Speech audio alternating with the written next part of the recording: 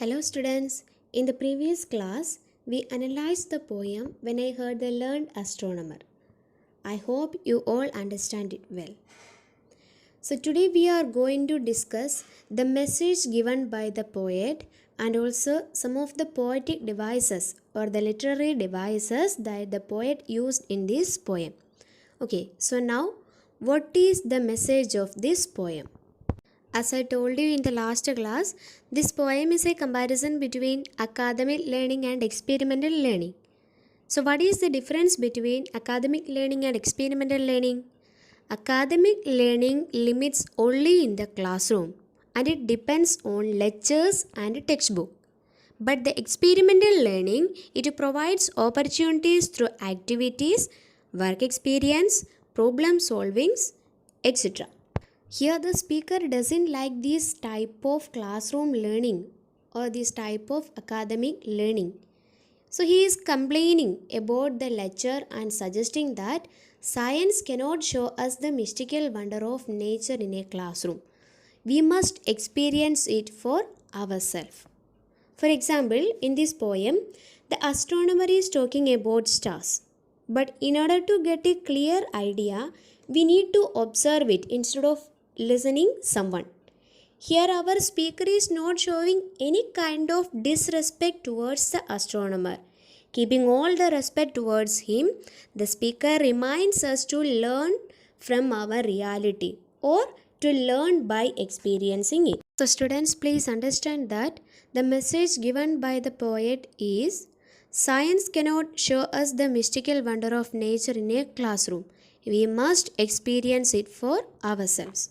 As you can see in the screen, I have included the glossary of this poem. Make use of this and please read the poem again. Let us move on to the next point. Literary devices or poetic devices used in the poem. Usually, the writers using some tools to make their text more attractive or to make appealing to the reader. These tools are known as literary devices.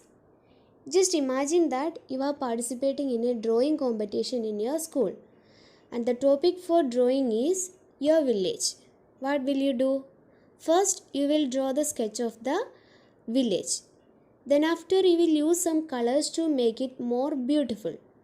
Like in the same way, the writers are using some devices such as rhyme scheme, alliteration, assonance, imagery, simile, metaphor, etc. to make their poem or to make their writing more appealing. The first literary device used in this poem is anaphora. Anaphora is a repetition of a word or a phrase at the beginning of two or more lines to create a sonic effect. For example, the word when is repeated at the first four lines of this poem to emphasize the poet's point of view. The second poetic device is imagery. What do you mean by image? Image means picture, right? But in poetry, images need not be only visual. Any of the five senses, that is sight, hearing, touch, taste, and smell, can respond to what a poet writes. So, in poetry, imagery is a name given to the elements in a poem that spark off the senses. For example, in the beginning lines, we can see that the poet is using such some words like prose, figures, charts, diagrams, etc. So, when we heard this word, we can visualize that in our mind or we can sense that. So, that is imagery. Next is assonance. Assonance is the repetition of vowel sounds in the same line. For example, in the line, when I heard the learned astronomer, just listen the word heard and learned. The sound, a sound is repeating in the same line in heard and learned. Another example, in the line, till rising and gliding out, I wondered of myself. The sound, the vowel sound I in the words rising and gliding is repeating two times in the same line. That is assonance, the repetition of vowel sounds in the same line.